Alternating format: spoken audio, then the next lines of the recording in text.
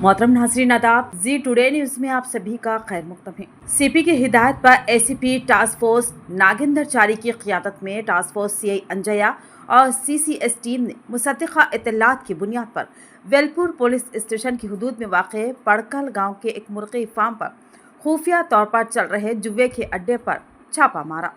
छापे के दौरान 14 जुआरियों को गिरफ्तार कर लिया गया, जबकि उनके कब्जे से 13 मोबाइल फ़ोन्स, नकद रकम 35,460 रुपये बरामद हुई। पुलिस ने मौके पर ही तमाम कानूनी कार्रवाई मुकम्मल करते हुए गिरफ्तार मुलजिमान को तहकीकात के लिए एसएचओ वेलपुर एसआई के हवाले कर दिया।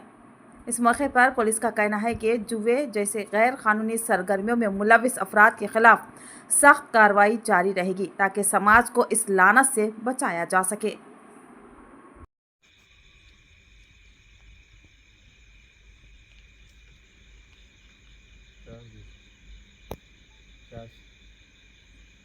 అయిపోయిందా?